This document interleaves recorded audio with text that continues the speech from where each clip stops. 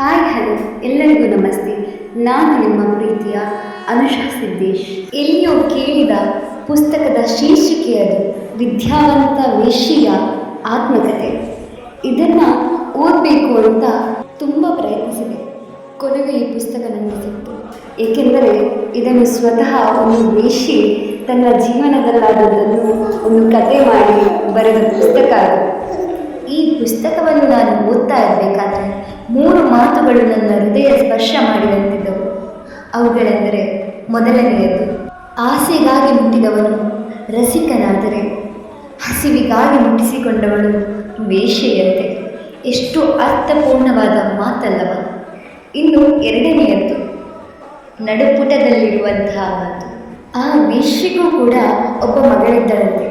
ಆಕೆ ಕಪ್ಪಾಗಿದ್ದರೂ ತುಂಬ ಲಕ್ಷಣವಾಗಿದ್ದಳಂತೆ. ಇಷ್ಟಾದರೆ ವೇಶ್ಯೆಯೂ ಒಬ್ಬ ತಾಯಿಯಲ್ಲವ.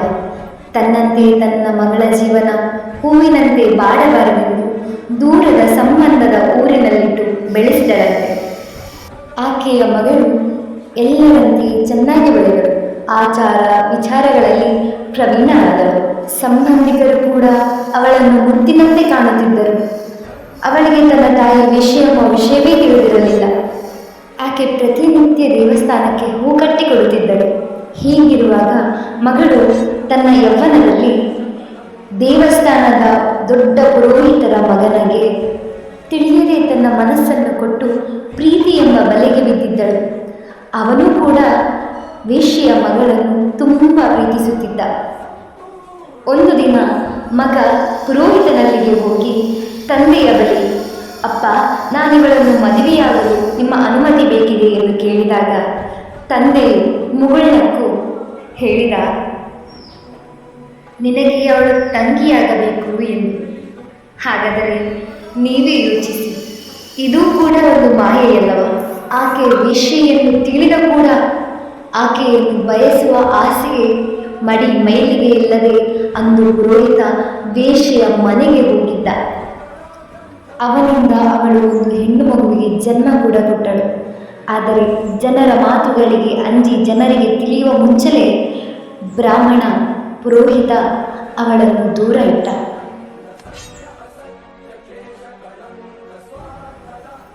ಇನ್ನು ಮೂರನೆಯದ್ದು, ಪುಸ್ತಕದ ಕೊನೆಯ ಭಾಗದ್ದು. ಒಂದು ದಿನ ವೇಶ್ಯೆ ತೀರಿಕೊಂಡಳಂತೆ. ಅವಳ ಮೃತದೇಹವನ್ನು ಸುಡುಗಾಡಿಗೆ ಕೊಂಡೊಯ್ಯುವಾಗ ಅವಳನ್ನು ಕೊನೆಯ ಬಾರಿ ಕಾಣುತ್ತಿದ್ದ ಮನೆಯ ಪತಿವ್ರತೆಯರು ಕಣ್ಣೀರಿಡುತ್ತಿದ್ದರಂತೆ. ಕಾರಣಷ್ಟೇ, ಅವಳಿಂದ ಎಲ್ಲ ಅತ್ಯಾಚಾರಗಳು ತಪ್ಪಿತೆಂದು.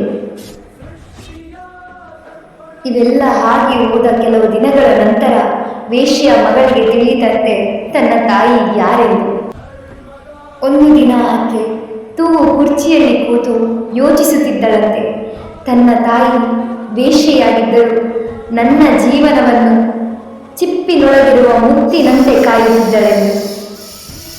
ಇವೆಲ್ಲವನ್ನು ನೆನೆದ ನಂತರ ಆಕೆಯ ಬಳಿ ಯಾರೂ ಇರಲಿಲ್ಲ. ಉಳಿದಿದ್ದು ಎರಡೇ. ಒಂದು, ಕಣ್ಣಂಚಲಿ ಜಾರಿ ನಿಂತ ಬಿಸಿ ಮುತ್ತಿನ ಹನಿ.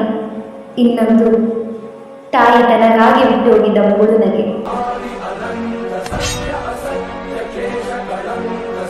ಇದು ಕೂಡ ಆ ಭಗವಂತನ ಮಾಯೆಯಲ್ಲ.